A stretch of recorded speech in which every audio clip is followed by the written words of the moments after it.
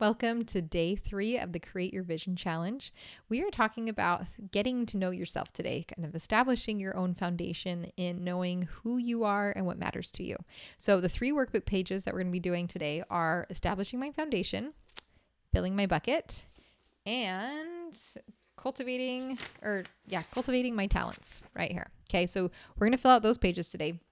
But let me talk to you a little bit why this matters so much. So first of all, this whole idea of operating and creating our visions based on what are our talents and what makes you feel like you and fills your bucket and what really matters to you. Okay, those are kind of the 3 things here that we want to explore today.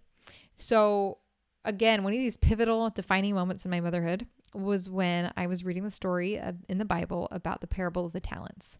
And in the story, each servant was given a set of money, talents to develop. And those that developed those talents and doubled it were given much more at the end. And the one that didn't, everything was taken away from him. The thing that I thought was so interesting is that when this story was told, it was told to everyone. There wasn't an exception. Like, oh, if you're a mom, you don't have to do this. Or if you're a mom, you don't have to, you don't have to worry about your talents. And it was kind of like, wait a minute, like maybe the gifts and talents that I have matter too. Like maybe there's something to that. And I thought it was also really interesting as I was reading about women in the scriptures. Sometimes it's talking about having children, but a lot of time these women are doing things, and they might be moms too, but they're doing things using their gifts and talents, using their circle of influence to help other people. And motherhood's part of that, but it seems so much bigger. And I thought that was so fascinating. And so with that in mind, I started kind of just really giving myself permission. And when I was in a spot where I'm so afraid, felt so afraid, and I've talked with so many of you, we're afraid that once we start doing something else, or we start thinking about our own talents, or we start thinking about these things that we enjoy doing, the big fear is that it's going to make things really bad for our families. It's going to make it so our houses fall apart. It's going to take away from our kids. It's going to take away from our marriages. And that we're going to do a disservice, or we all care so much about having our families be strong families and good families and being a present, intentional parent and wife and mother and building that strong family. Like that matters so much. And so sometimes we feel like if we do something else, it's going to take away from that. But what I've seen time and time again, both in my own life, but also in these women that, these soaring mothers that are a part of this community, when they start focusing on their gifts and talents, it does nothing. It strengthens their family. It inspires their children. It helps everybody rise. It elevates their entire household. It helps them feel so much joy that they have way more energy and way more to pour into their children.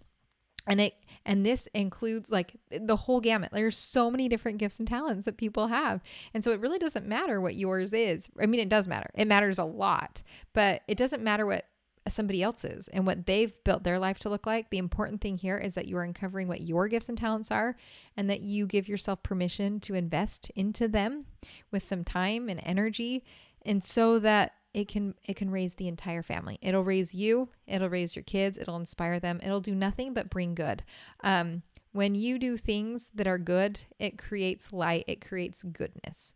And now, obviously, things have to be done within checks and balances, but that's why we create our visions.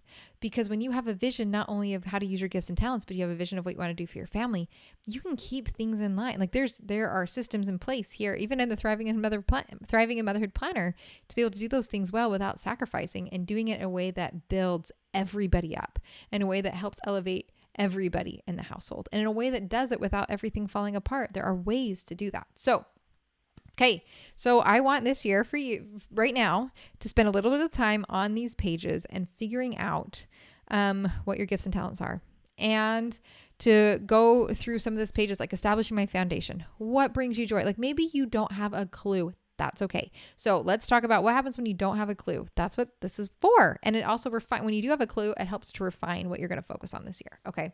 So what brings you joy? What matters to you? Like if you take yourself out of the comparison trap, if you stop looking at other people's lives and think like, oh, they're so cool for this reason, or they're so cool for this reason, what what comes up, what matters to you, what do you love, what do you enjoy, what value, like what things are important to you, what do you really value, what matters to you. When it comes to filling your bucket, we're doing this for a couple of reasons. One, you might have forgotten. You might have forgotten the things that make you feel most like you. So I want you to think about that. What makes you feel most like you? Like for me, it's having quiet time just to write and reflect. It's time for me to learn, time for me to take courses. I love doing that. I love listening to music. I love playing music. I love going on a walk and listening to a podcast. I enjoy taking naps. Working on a creative project, building things with my hands or creating things with my hands. Like those are things that fill me up. So what this does is A, it helps me remember that, but B, as I'm going throughout my year, I am going to need to have a full bucket. And so I feel like in the moment when I am tired, when things are busy, when there's a lot going on, I just forget. I forget that there's things that I can do to help myself feel better.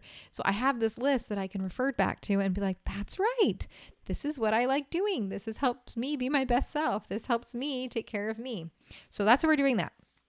All right. And this cultivating your talent section, if you're feeling like, I don't know, that's great, but I don't think I have gifts and talents. That's okay. Let's talk about your options. So one is, what talents and gifts do you see in yourself? I also want you to do this exercise with somebody else. It could be your husband. It could be a sister. It could be a mom. It could be a friend, but someone that knows you really well, because it's so interesting. But the things that are your gifts and talents often come so naturally to you. You have no clue that they're gifts and talents because it's second nature, but really it's really hard for other people to do those things. So one example for me is planning. It comes so naturally to me. I have a planner. It's in my genes. My mom created planners for herself growing up. I didn't think it was that special. I thought everybody else did it, right? But then my friends would be like, no, we don't know how to do that. So ask around, find out, like, what are your blind spots? Because you can't see it. You can also ask God, what are your gifts and talents? And I think you probably have more than one, right? There's spots to brainstorm a list, right? Another option, I have linked to two different, one's a personality test, one's a strengths finder test. So that was fun. I've taken a bunch of them. I know there's a ton. You don't have to take a ton of stock in it, but for me, it was actually really insightful. And I was like, yeah, that's true. And it helped me see, like, I want to lean into those things.